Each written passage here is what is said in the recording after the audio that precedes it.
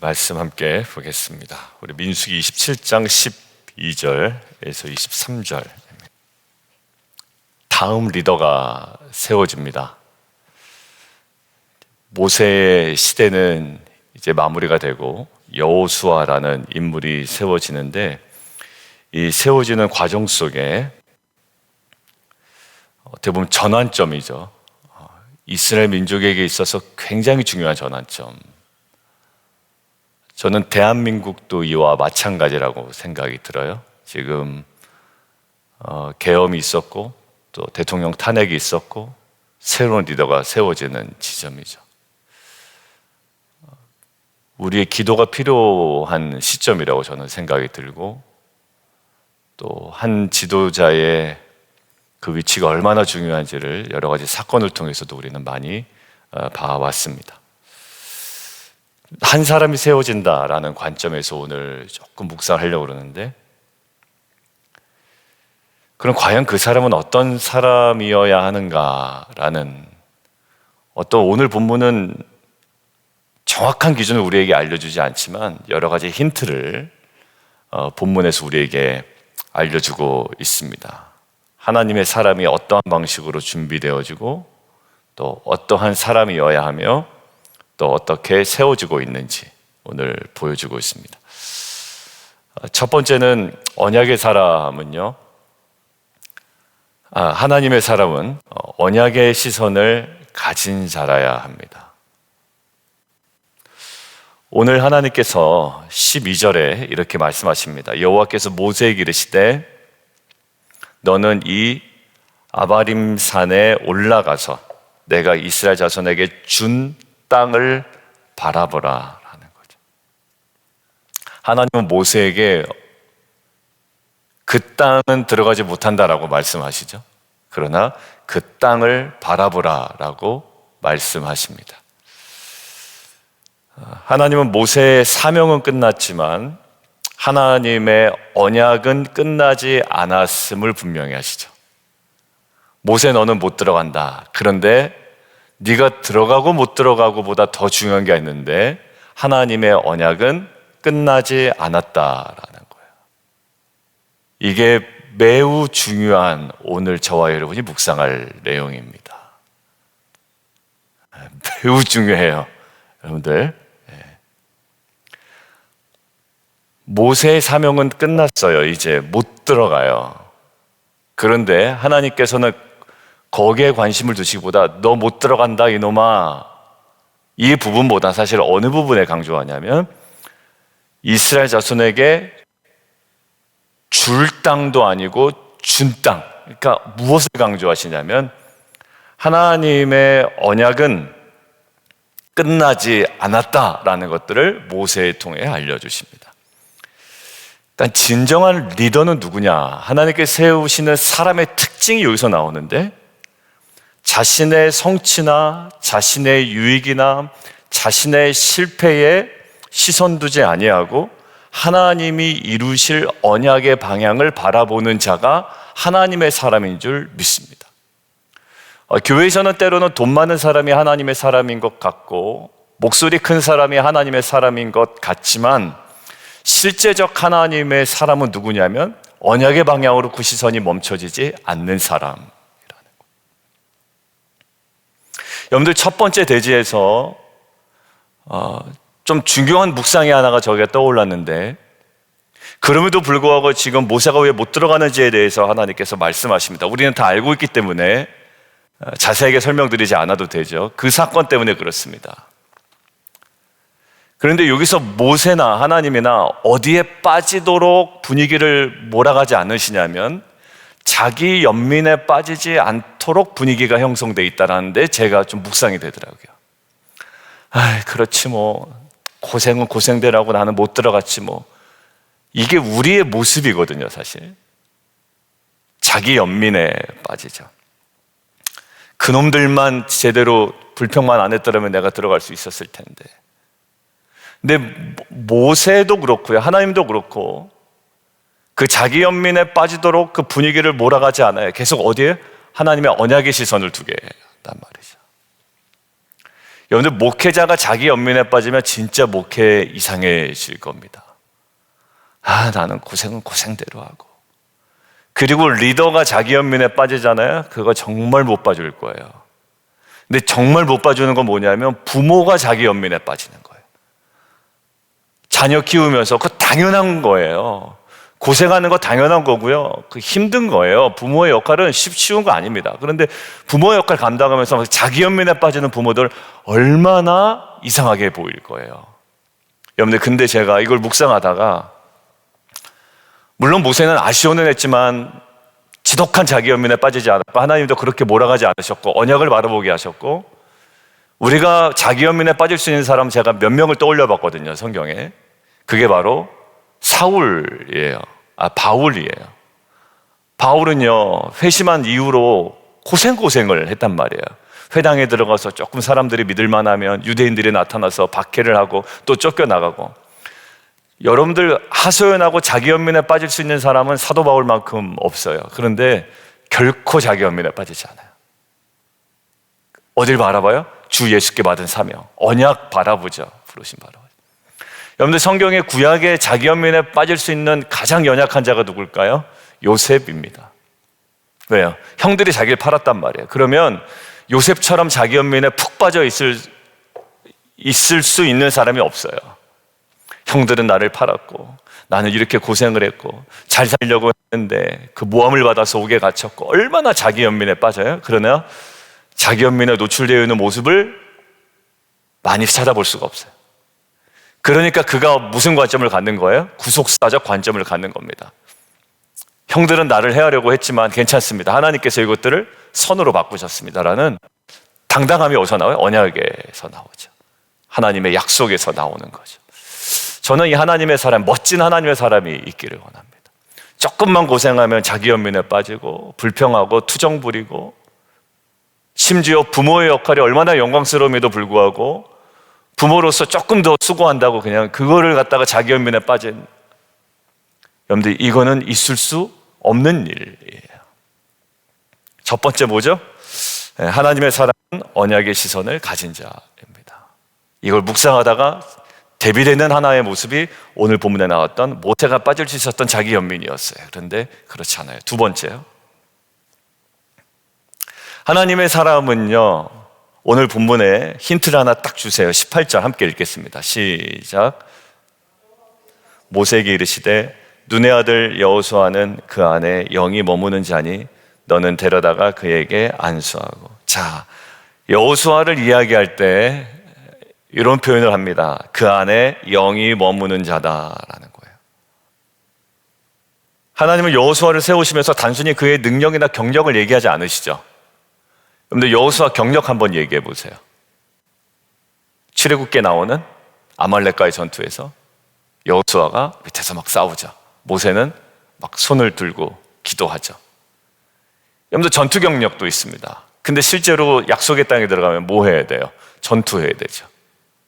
야, 그놈 잘 싸우더라. 군 통솔 능력 있더라. 뭐 이렇게 얘기하는 게 아니라요, 딱 한 가지 얘기하죠. 그 안에 영이 머무는 자다라는 거예요. 여러분들, 프랜시스 chen 목사님 저번에 얘기했죠. 수천 명 모이던 교회를 딱 사임할 때 성령 없이도 돌아가는 시스템이 교회가 아니다라는 것들을 고백하고, 그 본인이 섬기던 교회를 훌쩍 떠나게 되죠. 여러분들, 결국 요셉이 총리가 될 수 있었던, 자기 연민에 빠지지 않는 요셉으로 좀 가볼게요. 첫 번째 요셉으로, 자기 연민에 빠지지 않았던 요셉을 한번 얘기했으니까, 요셉이 리더로 세워질 수 있었던 창세기의 기록이 나와 있습니다. 뭐라고 되어 있었을까요? 그것도 외부 사람의 시선으로, 외부 사람의 고백으로 이렇게 나와요. 창세기 41장에 우리가 이와 같이 하나님의 영에 감동된 사람을 어찌 찾을 수 있으리요? 라고 이야기합니다. 그러니까 그에 대한 뭐가 나올까요? 존경이 나와요. 그 말에 대한 권위가 생깁니다. 여러분들, 20절 보세요. 내 종기를 그에게 돌려 이스라엘 자손의 회중을 그에게 복종하게 하라. 여러분들, 이걸 복종하게 하라고 한다고 이게 될 건 아니에요. 여러분들, 복종해라라고 해서 복종되는 게 복종이 아닙니다. 여러분들, 거기에 권위가 있어야 돼요. 말 한마디 한마디에. 제가 항상 강조하는 거, 말하기는 더디하고 듣기는 속히 하는 그 태도, 자세, 한마디 한마디 단어 선택, 표정, 여기서 권위가 다 나오는 거거든요. 어디서 나타날까요? 그의 영이, 그 안에 영이 머무는 자다. 여러분들, 그리고요, 사도행전에 그 우선순위가 막 뒤죽박죽해질 때, 사도행전 6장 기억나시죠? 사도행전 6장에 헬라파 과부, 히브리파 과부 공개 문제로 막 공동체에 약간 문제가 있을 때, 그때 귀한 일꾼 7명을 세우죠. 그래서 이 일을 전담할 7명을 세우고 사도들은 말씀과 기도에 우리가 전념하는 것이 좋겠다라고 이야기합니다. 그때 그 7명을 세울 때의 여러 가지 특징 중에 있는데, 사람들에게 칭송을 받는 자이고, 그 다음에 중요한 것이 뭐 있었습니까? 성령이 충만한 자였습니다. 여러분들, 교회 성경에 그렇게 기준이 있다라는 것은 지금도 그러한 기준이 필요하다라는 거예요. 성령이 충만하면 야, 그런 건 없어. 아니요, 있어요. 여러분들, 왜냐하면 성경에 그런 표현이 있기 때문에. 그럼 성령이 충만한 자가 있다면 성령이 충만하지 않은 자가 있다라는 거예요. 물론 우리가 성령을 통해 고백하고 시인하고 깨달아 알아가는 성령을 기본적으로 누리고 있지만, 충만한 자, 그것은 인도함을 받는 자, 따라가는 자, 우리가 목요 성령 집회 때 얘기했죠. 그 성품은 순종에서 나오지 순종하지 않는 성품은 없다라는 것들을 지난번에 나눴습니다. 자, 결국 하나님의 사람은 뭘까요? 성령이 머무는 자, 충만한 자, 따라가는 자예요. 세 번째요, 지금 모세가 자기는 못 들어가지만 누구는 세워달라? 리더 세워달라라는 거 아니에요. 그러면 어떤 리더를 세워달라고 이야기하고 요청할까요? 17절에 보면 목자 없는 양과 같이 되지 않게 하옵소서. 그럼 목자 스타일이죠. 근데 이 목자 스타일은 뭐냐면 21절에 나와요. 하나님께서 거기에 걸맞게 하나하나 만들어 가시는데, 이 힌트를 가지고 리더의 딱 진면목을 알 수가 있어요. 제목 먼저 말씀드릴게요. 하나님의 사람은요, 늘 여호와께 묻는 자가 되어야 됩니다. 왜냐하면 20절에 아까 복종하게 하라라고 되어 있고요. 21절, 그는 제사장 엘르아살 앞에 설 것이요. 그는 지금 여호수아예요. 엘르아살 앞에 설 것이요. 왜 서죠? 엘르아살은 그를 위하여 우림의 판결로서, 우림과 둠밈이죠, 판결로서 여호와 앞에 물을 것이며, 그와 온 이스라엘 자손 곧 회중은 엘르아살의 말을 따라 나가며 들어올 것이라. 지금 지도자를 엘르아살에게 세우는 것, 제사장 엘르아살 앞에 세우는 것, 이것은 왜 그러냐면 엘르아살이 여호수아를 위해서 여호와께 묻는 일을 하는 거예요. 분리가 됐죠. 그러니까 제사장과 이제는 딱 분리가 되지만, 결국 여호수아가 중점적으로 다뤄야 되는 것은 뭐냐면 여호와께 묻는 것이고, 여호와의 뜻을 백성들에게 온전히 전달하는 거예요. 여호수아가 독단적으로 결정하도록 내버려 두지 않습니다. 스스로 이것이 하나님의 뜻이라고 이야기하도록 하지 않습니다. 모세는 하나님과 직접 대면한 자인데요, 여호수아는 그렇게 못해요. 우리도 그렇게 못해요. 모세가 하나의 기준이었어요. 그리고 모세는 우리에게 무엇을 줘요? 율법을 줬어요. 그래서 이제는 율법을 통해, 말씀을 통해 하나님께서 우리에게 나타내시는 말씀대로 우리는 따라가는 존재예요. 그러니까 리더는 뭐냐면 직통계시를 받고 막 뭐라고 얘기하는 자가 아니라, 늘 하나님 말씀에 가까이 두고 하나님의 말씀을 통해서 하나님께 묻고 하나님의 뜻을 전하며 그 뜻에 자기도 순종하는 자가 되어야 되는 거죠. 독단적으로 결정하지 않습니다. 최근에 우리가 묵상한 거 있었어요. 실체 없는 두려움에 붙들려 있지 말자. 그 두려움의 발락은 엄청 호들갑을 떨었습니다. 그래가지고 어떻게 됐죠? 발람에게 가고 막 난리 치죠. 아무 소용없는 일이었어요. 왜? 이스라엘 백성은 그를 잡을 생각도 없었습니다. 근데 나는 혼자 잡힐까봐 막 난리가 난 거죠. 실체 없는 두려움. 그렇다면 실체 없는 두려움이 나에게 뭐가 있는가? 지금 무엇 때문에 두려워하고 있는가? 이것 앞에 하나님께 묻는 거죠. 하나님, 내 안에 실체 없는 두려움 때문에 내가 포기하고 있는 거 있습니까? 한 발짝도 움직이지 못하고 있는 거 있습니까? 오히려 실체 없는 두려움을 실체 있는 두려움으로 둔갑시켜서 이거는 두려운 일이야, 안 돼 라고 하고 있는 일은 없습니까? 하나님께서 그렇게 분명히 말씀하신 이유가 있거든요. 실체 없는 두려움을 갖고 있었던 발락이에요. 결국 순간마다 하나님의 뜻을 구하고 묻고 또 공동체 안에 순종하는 겸손을 우리 품는 것, 이것이 하나님의 사람이에요. 여러분들 여기서 좀 대비를 시켜볼게요. 사울과 다윗이에요. 첫 번째 왕이었던 사울과 다윗의 가장 다른 점, 여러분들 사무엘 하에 5장 19절에 있는데 여러분들 안 찾으셔도 돼요. 제가 사무엘 하 5장 19절에 이렇게 되어 있습니다. 다윗이 여호와께 여쭈어 이르되 내가 블레셋 사람에게로 올라가리이까 여호와께서 그들을 내 손에 넘기시겠나이까 하니 여호와께서 다윗에게 말씀하시되 올라가라 내가 반드시 블레셋 사람을 내 손에 넘기리라 하신지라. 다윗의 특징은요, 내가 블레셋 사람으로 올라갑니까? 내 손에 넘기시겠습니까? 계속 물어봐요. 근데 똑같은 이 역사를 다루고 있는 본문에 사울은 뭐라고 나와 있죠? 묻질 않았다는 거예요. 사울을 표현하는 것 중에 가장 큰 특징이 여호와께 묻질 않았다라는 거예요. 여러분, 하나님의 사람은요 늘 여호와께 묻습니다. 그리고 자신의 생각대로 있지 않아요. 최근에 묵상한 내용이 무엇인가를 빨리 살펴야 됩니다. 실체 없는 두려움. 그리고 최근에 어제 우리가 묵상한 내용, 어제 뭐였습니까? 어쩔 수 없지, 원래 그런 거야 라고 했을 때 우리에게 말씀하신 내용이 있잖아요. 슬로브아스의 그 딸들의 모습을 통해서 어제 그래서 제가 딱 기회를 얻었어요. 자녀들에게 딱 공교롭게도 3명이 모여있을 때가 있었습니다. 그 단기 선교를 가는 2명, 이제 이렇게 딱 3명이 모여있을 때가 있었어요. 차근차근히 얘기했습니다. 피스메이커 배우들은 내 방식과 표정과 모든 것들을 총동원해서 또 애들이 하나하나 알아듣더라고요. 결국 그 자녀들이 그걸 듣고 이제 어디로 가냐면 묻는 거예요. 너네 기도해야 되잖아 지금. 그리고 재정적으로도 지금 준비돼야 되고 무엇보다도 기도로 준비해야 되고, 그리고 뭐 일할 걸 좀 찾고 있더라고. 뭐 인턴이나 뭐 여러 가지 것도.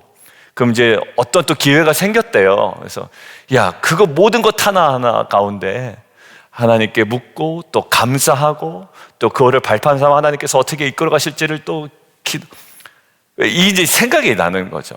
이게 하나님의 사람은 어떤 성공한 어떤 그 열매를 가지고 나오는 자보다 늘 하나님께 묻는 자, 얼마나 좋아요. 날씨가 또 좋아졌으니 얼마나 또 그 밖에 나가서도 있기도 좀 좋은 날씨예요. 오늘 같은 날씨는. 그죠? 이 모든 과정을 통해서 여호와께 묻는 이 일이 있기를 원해요. 참 우리에게는 물어볼 게 많아요. 그러니까 하나님과 수다 떨 일이 많단 말이에요. 근데 하나님께 한 번도 물어보지도 않고 여쭤보지도 않고, 지금 우리도 여름 캠프 또 유스 수련회 그 단기 선교 하나하나 세부적으로 여호와께 물어볼 게 많다는 거 좋은 것 같아요. 왜냐하면 하나님께서 인도하신 방향대로 우리가 순종할 때 주시는 은혜를 경험할 수 있기 때문이죠. 오늘 말씀 마무리하겠습니다. 하나님의 사람은요, 하나님의 방식으로 세워지는데 첫 번째, 자기 연민에 빠지지 아니하고 어떻게 돼요? 언약의 시선을 가진 자입니다. 두 번째는 성령이 머무는 자이고요, 그리고 늘 여호와께 묻는 자입니다. 결정할 때마다 나의 지혜가 아닌 하나님의 뜻을 구하게 하시고 또 여호와께 묻고 기다리는 믿음의 사람 되게 하여 주옵소서. 우리 함께 오늘 기도하며 좀 나아가도록 하겠습니다. 첫 번째 우리가 기도, 우리의 시선이 나의 유익이 아닌 하나님의 언약과 약속의 땅을 향하게 하여 주옵소서. 그리고 우리 교회의 또 가정의 다음 세대 안에 성령이 머무는 지도자들이 세워지게 하여 주옵소서. 그리고 나 자신이 먼저 하나님의 뜻을 묻고 기다릴 줄 아는 겸손한 리더와 영적 가장과 또 부모와 또 하나님 정말 그러한 리더로 세워지게 해 주십시오. 우리 함께 좀 기도하며 나아가도록 하겠습니다. 함께 기도하겠습니다.